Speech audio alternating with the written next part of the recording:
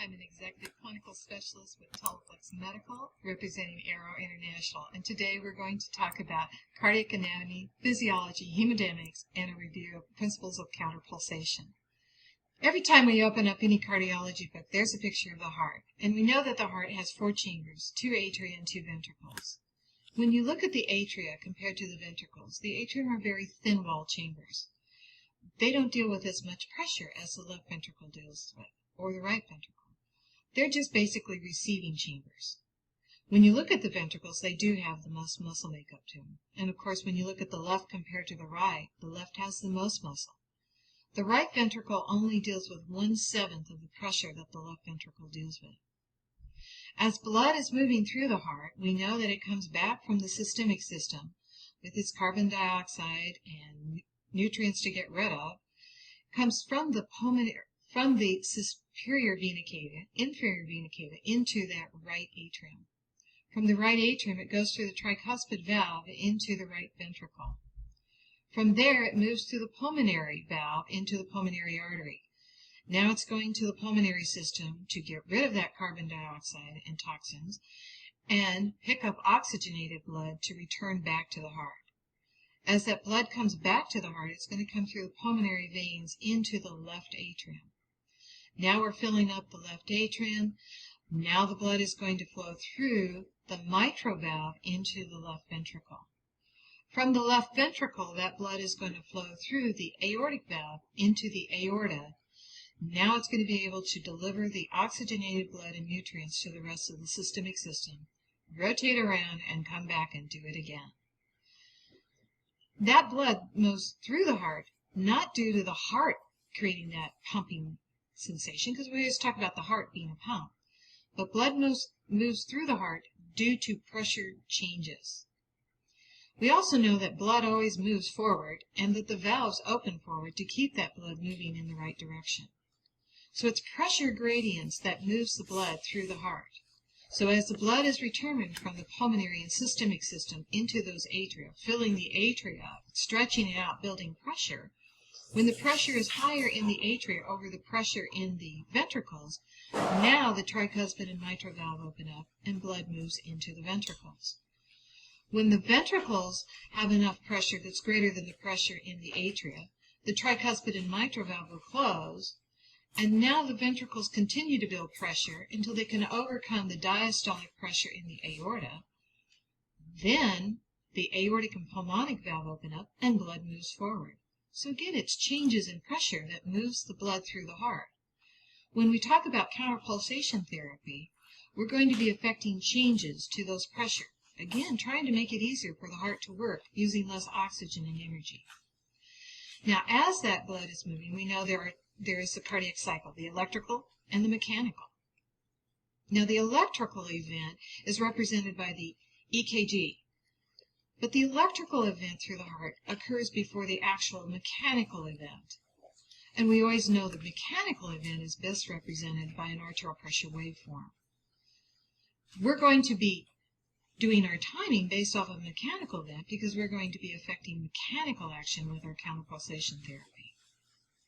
When we look at the electrical conduction system of the heart, we know that there are intranodal pathways that send the electrical system through that heart muscle to depolarize the heart muscle. If you look at the beginning, it's always the SA node that is considered the pacemaker cell of the heart. Heart rate there usually starts anywhere from 60 to 100. It's a normal pathway. From there, it spreads out, that electrical system spreads out through the atria, through the intranodal pathways. Then joins back up into the AV node, which actually slows that electrical conduction down a little bit because the AV node and the AV bundle has a pacemaker rate somewhere between 40 and 60. So we're beginning to slow that pathway down just a little bit. Then as it makes it through the AV bundle into the AV bundle branches and the Purkinje fibers, the signal is slowed down again. The signals, if they were coming directly from those areas, would have a heart rate somewhere between less than 40. All of those, as the electrical system goes through the heart, depolarizes that heart muscles to create the mechanical action. When we see the electrical action again, that electrical conduction system is what we see on an EKG on our monitors. And we see the PQRST segments. The P represents atrial depolarization. But when we look at the QRS, that represents ventricular depolarization. And then finally we see the T wave, where the heart cells are all repolarizing, getting ready for the next cardiac cycle. So that's the electrical conduction system. But again, we're going to be talking about the mechanical system of the heart. One other thing to note when you're talking about electrical versus mechanical, remember the electrical system through the heart occurs before the actual mechanical. And since we're going to be relating our counterpulsation to the actual mechanical activity of the heart, we're going to be looking at the mechanical part of the cardiac cycle a little bit more than the electrical cycle. Now, when we talk about the mechanical cycle, we know that the heart has two cycles to that, diastole and systole. Diastole is the first part of the cycle where the heart is in the resting or filling state. The heart doesn't use very much oxygen or energy during diastole, and there are 3 stages to diastole. The very first stage is isovolumetric relaxation. This is one of 2 times in the cardiac cycle where all of the heart valves are closed, so there's no blood volume exchange inside the heart. What's occurring during this stage is blood is returning from the pulmonary and systemic system into the atria, filling up that atria, building pressure and stretching those atria out. Now, once the pressure is higher in the atria over the pressure in the ventricles, now that tricuspid and mitral valve open up, and we are moving into rapid ventricular filling. This is a pretty passive action. There's not very much energy or oxygen being used by the heart at this point. Blood is just sort of being dumped down into the ventricles, pretty much letting gravity drop that blood volume into the ventricles. You get about 75% of the stroke volume kind of dumped into the ventricles right now. Now, the very last stage of diastole is called atrial contraction. Now I have a little movement out of that atrium. We have a little energy and oxygen being used. Those atria contract, they squeeze the last 25 to 30% of our cardiac output stroke volume into those ventricles. We're getting the ventricles pretty well filled up now. Now I have more blood volume and pressure in the ventricles than I have in the atrium. That will cause the tricuspid and mitral valves to close. At the end of diastole on a normal heart, you would expect to find somewhere between 120 to 140 cc's of blood volume. Now we're ready to move into systole. Systole is the active contracting state of the heart. This is where the heart's going to use most of its oxygen and energy consumption. There are 3 stages to systole also. The very first stage is isovolumetric contraction. Now this is the second time in the cardiac cycle where all of the heart valves are closed. So again, there's no blood volume exchange inside the heart. What's occurring during this stage is those ventricles have to continue to build pressure. They have to overcome the pressure out there in the aorta. So if your blood pressure is 120 over 80, your ventricle actually has to generate a pressure of at least 81 millimeters before it can get above the diastolic pressure in the aorta to get that valve open and eject the blood forward. It's going to use a lot of energy and oxygen just to raise that pressure. In fact, this isovolumetric contraction phase is considered the greatest workload of the heart. The heart will actually consume 90% of its oxygen consumption just to get the valve open. This has always been considered the greatest workload, and many of our therapies that we have in cardiovascular medicine is aimed at what can we do to shorten this phase. If I can shorten this phase, the heart's going to use less oxygen energy, will be able to function more efficiently. When we talk about counterpulsation, we're going to be affecting this stage directly. We're going to do something to directly decrease the pressure in that aorta. Now, the ventricles won't have to work so hard, generate as much pressure, use as much oxygen and energy. Now, once that ventricle has reached that pressure limit, now the aortic and pulmonic valve open up and blood starts rushing out of the ventricle. It moves out with a pretty good force and velocity. If you think about something that you would see more frequently in a unit, think about an arterial pressure waveform. When you see the upstroke in an arterial pressure waveform, you're looking at this rapid ventricular ejection phase. About 75% of the stroke volume is now moving out of the ventricle pretty rapidly with a lot of force. It will reach its peak systolic pressure, maximum outflow. If you think about that, that'll be the top of your systolic pressure. Your blood pressure 120/80, there's your 120. Then, of course, we see that downstroke in the arterial pressure waveform. That's the last stage of systole. That's the reduced ventricular ejection phase. Blood is still moving out of the ventricle, but because our pressures are beginning to equalize between the ventricle and the aorta now, we see that downstroke. About 25% of the stroke volume is still moving out of the ventricles. You see that downstroke on the arterial pressure waveform.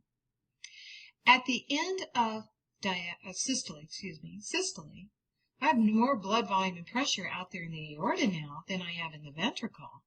That pressure difference will cause the closure of the aortic valve. And when the aortic valve closes, we see the dicrotic notch on the arterial waveform. We just completed the cycle. We're back to diastole, ready to start that all over again. Now, what we just created with that was the cardiac output. And ever since we've been in critical care, we know that cardiac output is heart rate times stroke volume. We know that normally it should be somewhere between 4 and 8 liters. However, most of us know that doesn't mean a lot, because I can have a little 5-foot person with an output of 4 and they may be doing fine. But if I were to give that output of 4 to somebody who's over 6 foot, they may not do very well. That's why we needed the cardiac index. It took their body surface area into that cardiac output number, and regardless of their size, if we have an index between 2.5 and 4 liters, I know that I have some sort of good cardiac efficiency for that person. Now, when we manipulate those numbers, trying to help the patient be a little better with his hemodynamics, we don't manipulate the heart rate. Now, if you go back to that equation, cardiac output, heart rate times stroke volume. Heart rate is affected by what happens through the endocrine system, the response from the CNS, the response to the baroreceptors. We really don't manipulate those too often. But what we manipulate most of the time when we take care of those patients is the stroke volume. And stroke volume is made up of preload, afterload, and contractility.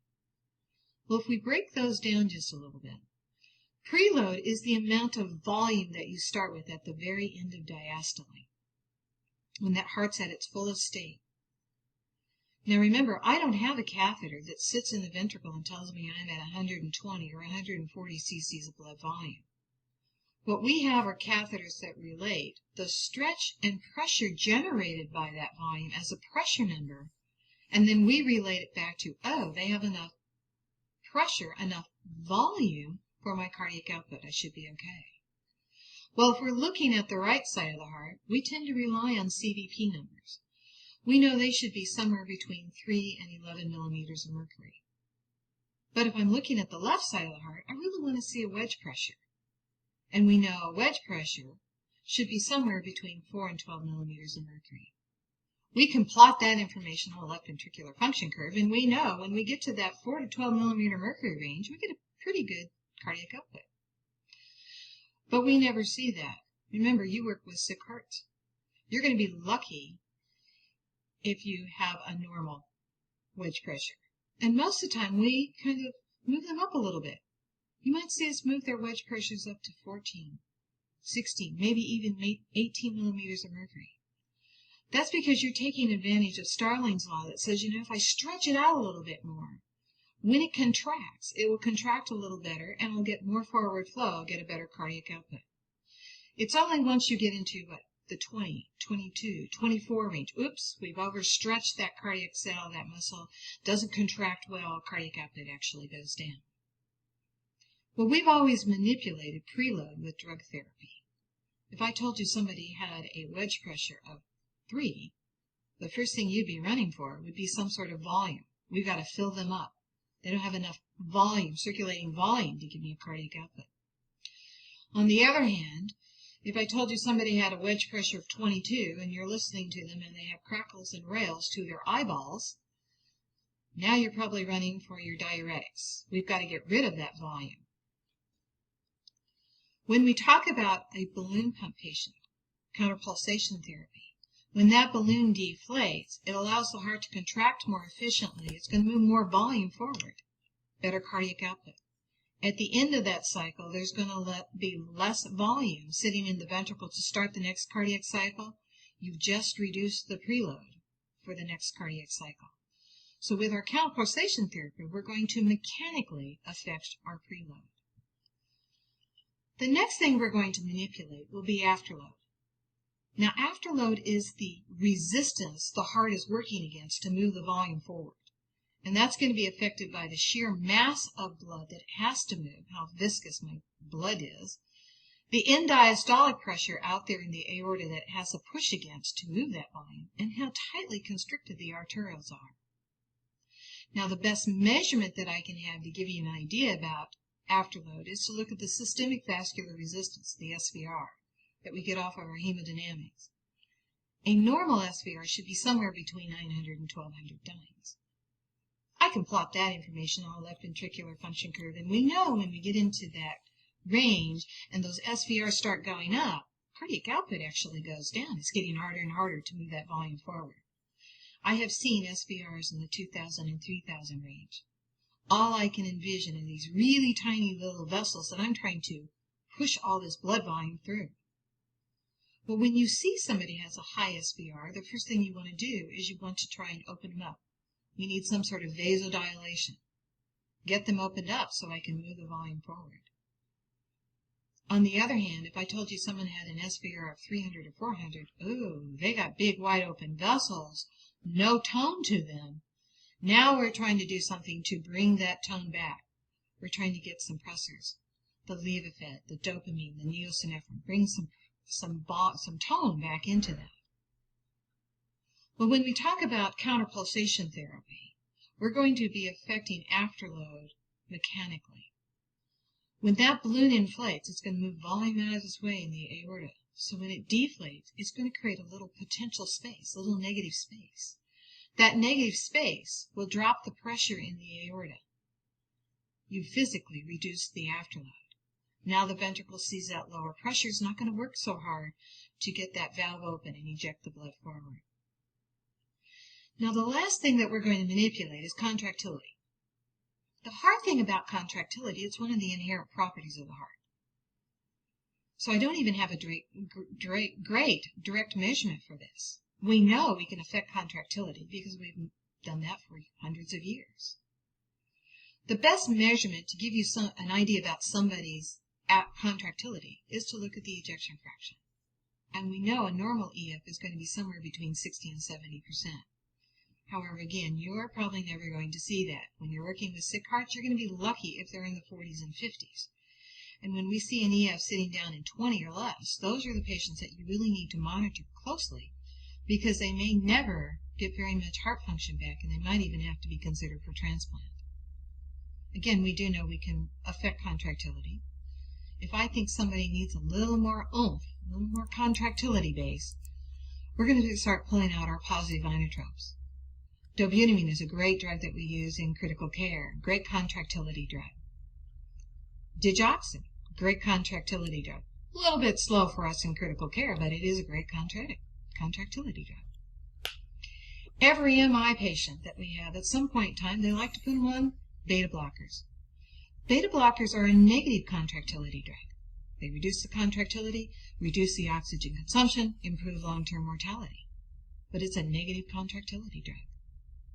In the open heart, sometimes I've been down there and seen that mushy, boggy heart, and you're like, wow, does that work well? We often will give them calcium boluses. And there you go, well, calcium bolus, oh, this will take you back to your anatomy and physiology. Remember why you need calcium in the system? Remember those little actin and myosin filaments? In order for them to slide together and create the contraction, you've got to have calcium present. So we'll give them calcium boluses. Man, will that heart work well until that calcium wears off, and now I need to add something different.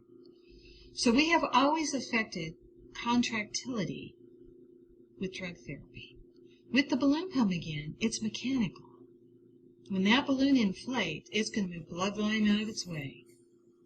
But when it deflates, it's going to create a little potential space, a little negative space. That's going to drop the pressure in the aorta. You're physically dropping the afterload. Now the heart doesn't have to contract as long and as hard. It's actually going to contract more efficiently. As it contracts more efficiently, it's going to move more volume forward, better cardiac output and stroke volume.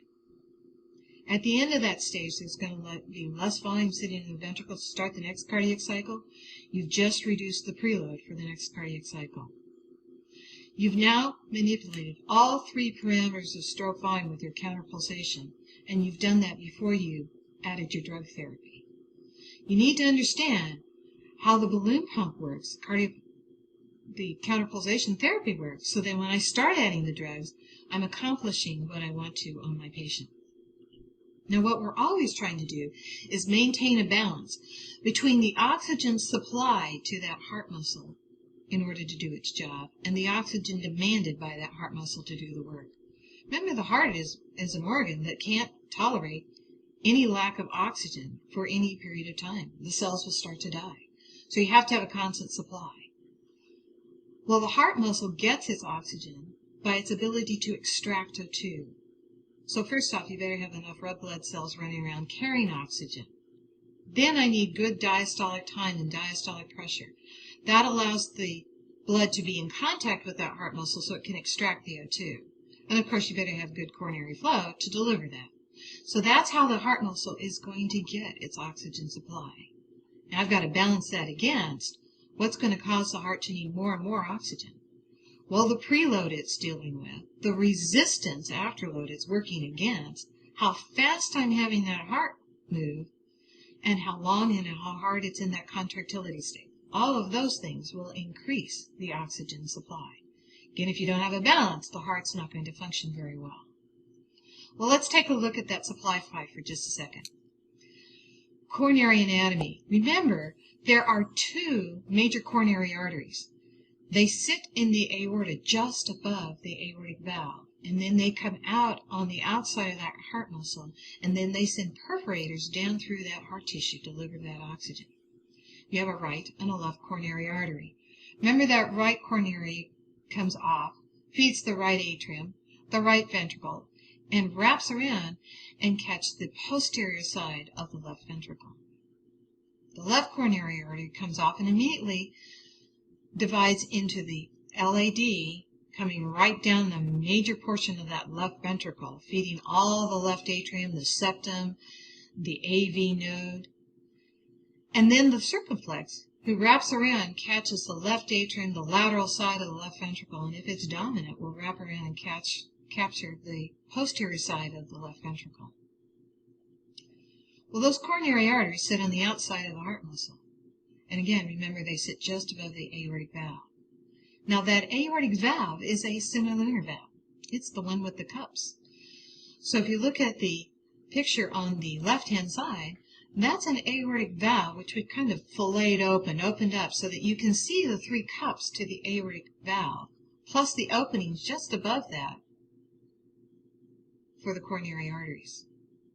Now, you can imagine with this picture here that when the heart goes into systole, that heart muscle is going to contract down around those coronary vessels. So I'm not going to get very much perfusion through those coronary arteries during systole. The other thing that's happening during systole, when that aortic valve opens up, those cups actually flop up into the aorta. They almost totally occlude the openings to the coronary arteries.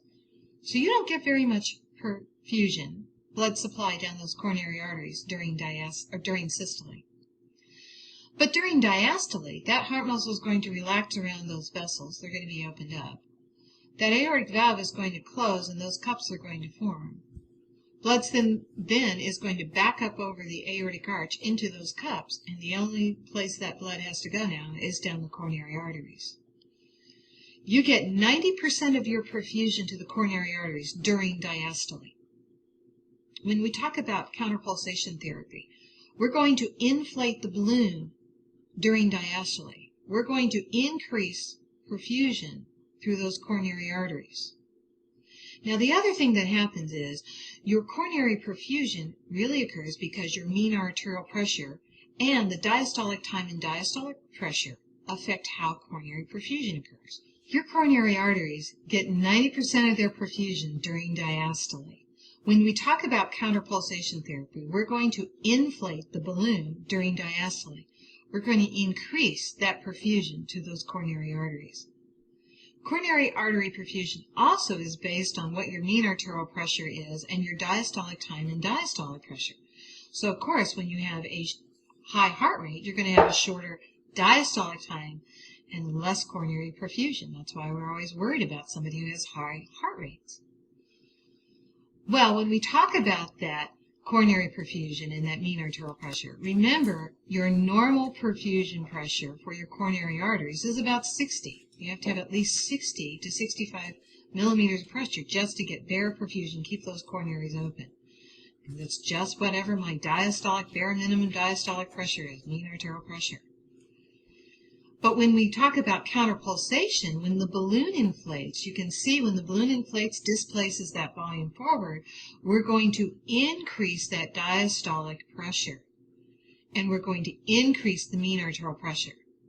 Now, the benefit for that is, as all of us are sitting still, reviewing this program, sitting here, a lot of little collateral vessels are closed. You're getting enough oxygen to your heart muscle right now.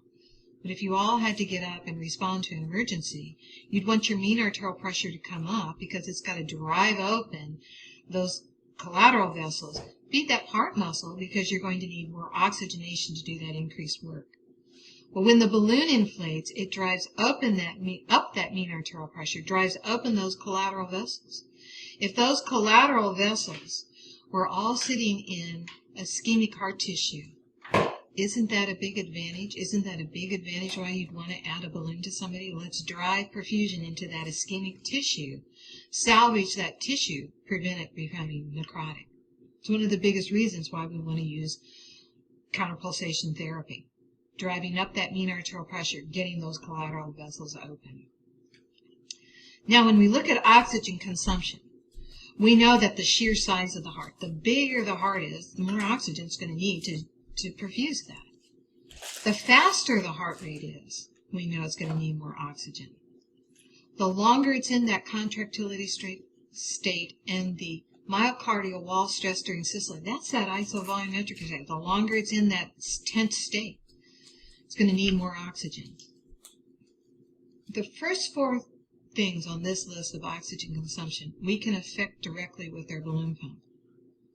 We're going to get better perfusion into that ischemic heart. That heart muscle is going to start to shrink down. Because we're improving stroke volume, the heart rate will come down, and we're going to be able to shorten that isovolumetric contraction phase. So those first four things of oxygen consumption we can affect with our balloon pump. The last three things on this list, cardiac work, the basal oxygen requirements, and the cardiac energy requirements, are kind of inherent properties, and I can't really change a lot of those, but I certainly can affect those first four things. So as you can see, with the balloon pump, we can do two things. We're right back to that balance. Inflation is going to increase oxygenation to those coronary vessels, get that ischemic tissue perfused. Deflation is going to reduce the resistance, allowing the heart to work more efficiently using less oxygen. Right back to that balance. When we talk about left ventricular failure, we're talking about that stunned state, the shocky state. About 7% of our patients will have some sort of left ventricular failure due to either that stunned state or permanent damage to the heart. That sets up a whole mechanism, a cascade of events that occur, and that hypoperfusion and ischemia comes about due to all these changes to preload, afterload, and contractility. Well, if you think about that shocky state, the first thing that's going to happen is that blood pressure, your pressure is dropping.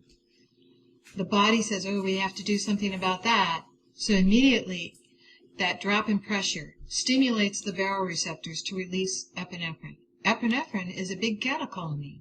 It now causes the body to start vasoconstricting, very powerful vasoconstriction.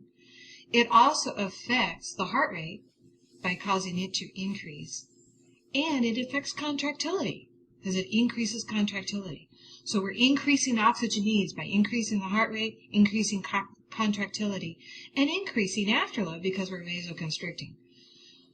We're also, because of that happening now, perfusion is dropping to the renal arteries. The renal arteries think, oh, we must need more conserving of water and sodium, so it causes aldosterone to be released. And now we're conserving water and sodium to try and bring perfusion, get that blood volume back to the core. We're trying to shunt blood from the periphery now into the core to salvage our basic organs, heart, lungs, and head, brain. Salvage those organs first at the expense of the others. Well, as all this is increasing, this vasoconstriction is putting an increased workload on the heart. Remember, if you have left ventricular failure, that heart muscle is not responding very well to that resistance. Preload is coming back. It can't handle the volume. The ventricle's getting worse. Pressures are dropping. Resistance going up. The heart continues to fail. Heart rate's going up. Contractility is still increasing. Afterload's going up. Eventually, it starts running out of its catecholamine responses, no longer can respond, tissue starts to deteriorate, toxins start to develop, and those negative toxins, again, cause increased vasoconstriction, as long as, when they finally don't respond at all, they start some vasodilation to the coronary arteries and perfusion goes down again. We start that cycle over and over and over. If I don't do something to break that cycle, they will end up with death. When we talk about counterpulsation, remember we're going to be able to affect all three parameters of stroke volume: contractility, preload, and afterload. We're going to try and break this cycle before we get into that spiraling death.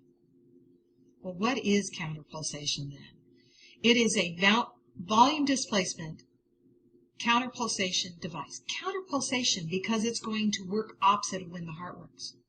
So when that balloon catheter is in the aorta and it inflates, it's going to inflate during diastole when the heart's at rest. But when the heart's in systole and working, that balloon's not going to be doing anything. There's where you get your counterpulsation, because the balloon's working opposite of when the heart works. Volume displacement, because when that balloon catheter inflates in the aorta, it's going to displace volume.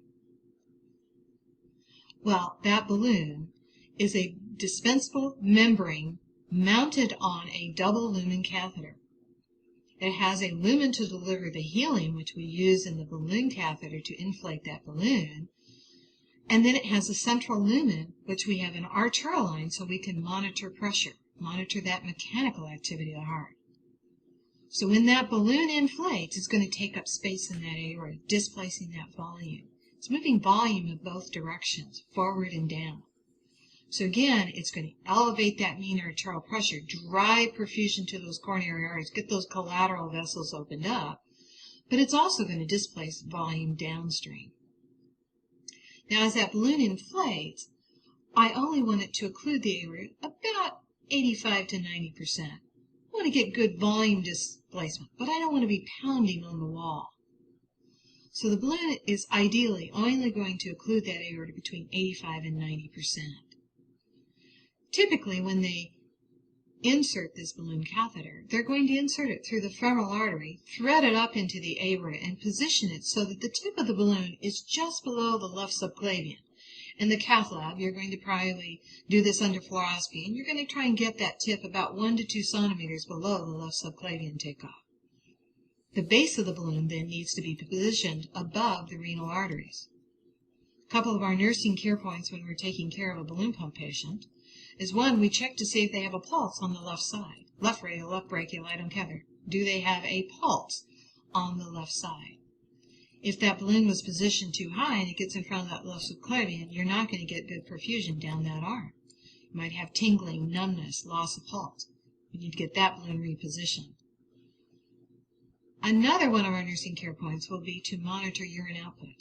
If that balloon were positioned too low in the aorta, now it's going to get in front of the renal arteries. We're not going to get good perfusion to the kidneys. So if you have a question as to why is the urine output dropping on this patient and you can't explain it, you probably want to get a chest x-ray. Again, the tip of the balloon should be at about the second to third intercostal space, 1 to 2 centimeters below the left subclavian. And when you look at a chest x-ray, you should be able to see the tip just below that second to third intercostal space, just below the knob. If you look at the knob, it should be related into that aortic knob there. There you go, right there as you see as it's circled. Now we time the balloon with the cardiac cycle. And again, we know that the cardiac cycle has that electrical, the EKG, and the mechanical side, the arterial line. We're going to use the arterial pressure waveform to tell me the mechanical activity. So once you see that upstroke in an arterial pressure waveform, you know that the heart is in systole. So that balloon is going to be deflated. But when we see the dicrotic notch on the arterial line, now we know the aortic valve has closed. That balloon can inflate. You're going to see a displacement of volume and elevation and pressure during diastole now. And then again, I need to get that balloon deflated before the next upstroke, before that next upstroke on that arterial pressure waveform. And ideally, I'm trying to deflate it during that isovolumetric contraction phase. I really want to inflate the balloon at the very, very beginning of diastole. If you think about it, systole has just finished. All that blood volume has been ejected out into the aorta, and then the aortic valve closes. Well, if I could inflate the balloon right as that valve closes, before that volume has time to run down the aorta, I'm going to be inflating and pushing that volume back. Now, I'm not going to push it back through the aortic valve into the ventricle. Remember, those coronary arteries are sitting right above that valve. So now that volume is going to go down those coronary arteries. You're going to be elevating that mean arterial pressure, remember, and driving greater perfusion into the coronary arteries, getting the collateral vessels opened up. And again, that's a huge benefit when you're talking about somebody who has ischemic heart, cardiogenic shock, big MI. We're trying to drive perfusion into that ischemic tissue and salvage that. One of the biggest reasons why you want to put a balloon in somebody is you want to increase coronary flow, getting those collateral vessels opened up. Now I get a secondary addition to that. When that balloon's inflating, remember, it's not only pushing volume forward, but it's actually pushing volume downstream. So I'm getting a burst of perfusion down to the kidneys and the mesenterics and on down. Think of your patient in cardiogenic shock who's clamping down and shutting off all of those. I'm giving a little extra perfusion to try and help salvage those organs. Now with deflation, I want to try and deflate the balloon right before the next systole, and ideally right before the next isovolumetric contraction phase, right when the heart's generating all that pressure to get the aortic valve open. So if I could do something to drop the pressure at that point, drop that diastolic pressure, now the heart doesn't have to work so hard. So that's what we're going to do with our balloon. We're going to try and deflate right at that point. The benefit of deflation then is the fact that when that balloon deflates and creates that potential little space, it's going to physically drop the afterload, drop that resistance. Now the heart doesn't have to work so hard when it's in that contractility state. It actually shortens that phase, is able to contract more efficiently, moving more volume forward, creating better cardiac output and stroke volume. So that's the benefit of deflation. So we get two benefits from the balloon. Inflation, increasing oxygenation to that cardiac muscle, increasing that perfusion to that ischemic tissue.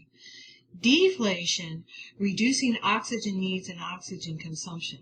Right back to that cardiac balance, oxygenation, supply, and demand. So we're affecting both sides of that balance. So what are we going to see clinically then? Well, when you observe a patient clinically, one of the first things you're going to see are decreased signs of ischemia. Think about when that balloon is inflating, increasing that oxygenation, and deflating, reducing that oxygen demand, the heart's going to be less ischemic. I've actually put in balloons on patients, and within minutes of having the balloon in, they tell me they have no more chest pain. ST segments start to come down on their EKG.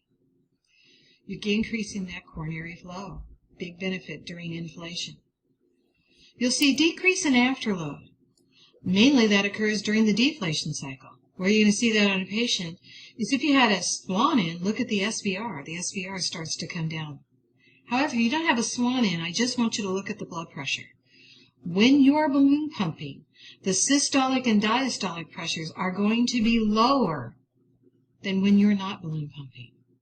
When you're balloon pumping, the systolic and diastolic pressures will be lower. The mean arterial pressure goes up, though, and that's because of all that increased perfusion during diastole. And the mean arterial pressure is your perfusion pressure for coronaries. You'll see a decrease in O2 consumption and demand. That mainly occurs with the deflation of the balloon. Where you'll see that clinically, and the easiest way to see it, is to look at an SpO2 swan in someone. When you have someone being measured for SpO2, oxygen consumption, when that body is working very hard, the SpO2 numbers come back very low. The body's extracting every bit of oxygen it can to do its work. When I'm doing counterpulsation therapy, though, that muscle doesn't have to extract every bit of oxygen. Those SpO2 numbers start to move back towards normal. You're going to see an increase in cardiac output. We're increasing the forward flow, mainly because of that decrease in afterload reduction during deflation, allowing better contractility and more forward flow. You're going to see an increase in urine output. Now, I know as critical care people, we get excited about urine output. You will do everything in your power to get 30 cc's of urine in the urometer every hour. To the point, if you had to, you will strip the tubing to get something into that. When you're balloon pumping, remember, that balloon, when it inflates, it's going to push more volume downstream, get a perfusion to those renal arteries. You're going to see an increase in urine output. That deflation, reducing the workload, allows more forward flow, again, allowing better perfusion to those renal arteries. Decrease in preload and pulmonary congestion, mainly due to the afterload reduction when that balloon deflates. Now the heart can contract more efficiently, move volume forward. It's not backing up. You're going to see a decrease in wedge pressures, decrease in crackles and rails when you're listening to your patient. Improved mentation. I used to laugh about this one. I used to say if the patient was babbling and not making sense before you put the balloon in, and he made sense afterwards, oxygenation to the head is a good thing. Think about it. When that balloon inflates, you're increasing perfusion pressure to the coronary arteries, but you're also going to get increased oxygenation to the carotids. Remember, they're on top of the aortic arch. So I'm going to get a little increased perfusion to that head also. Decrease in heart rate. You're improving stroke volume here. The heart rate will come down. They're going to be less tachycardic. The heart's going to have more filling time. It's going to be able to eject better cardiac output. So inflation and deflation affects both that side of that. Decrease in lactic acidosis. I'm getting perfusion into ischemic tissues. Because of that increased forward flow with that deflation, we're getting better oxygenated blood going to those organs. Keeps them in oxygenated aerobic metabolism. And an increase in pulse pressure and pulse rate. You'll see this easiest. A fun way to look at this one is when you have a pulse ox on somebody who has a balloon catheter in. If your pulse ox has a heart rate alarm on it, I want you to go and increase that heart rate alarm to double. That pulse ox is going to count the patient's heart rate plus the inflation of the balloon. Remember, when that balloon inflates during diastole, you're creating a pulse wave. So that pulse ox is going to count that. You're going to see kind of the increased perfusion pressure, pulse pressure there. Those are the benefits that we see when we're monitoring our balloon pump patient. That concludes the section on cardiac anatomy, physiology, hemodynamics, and principles of counterpulsation. Thank you.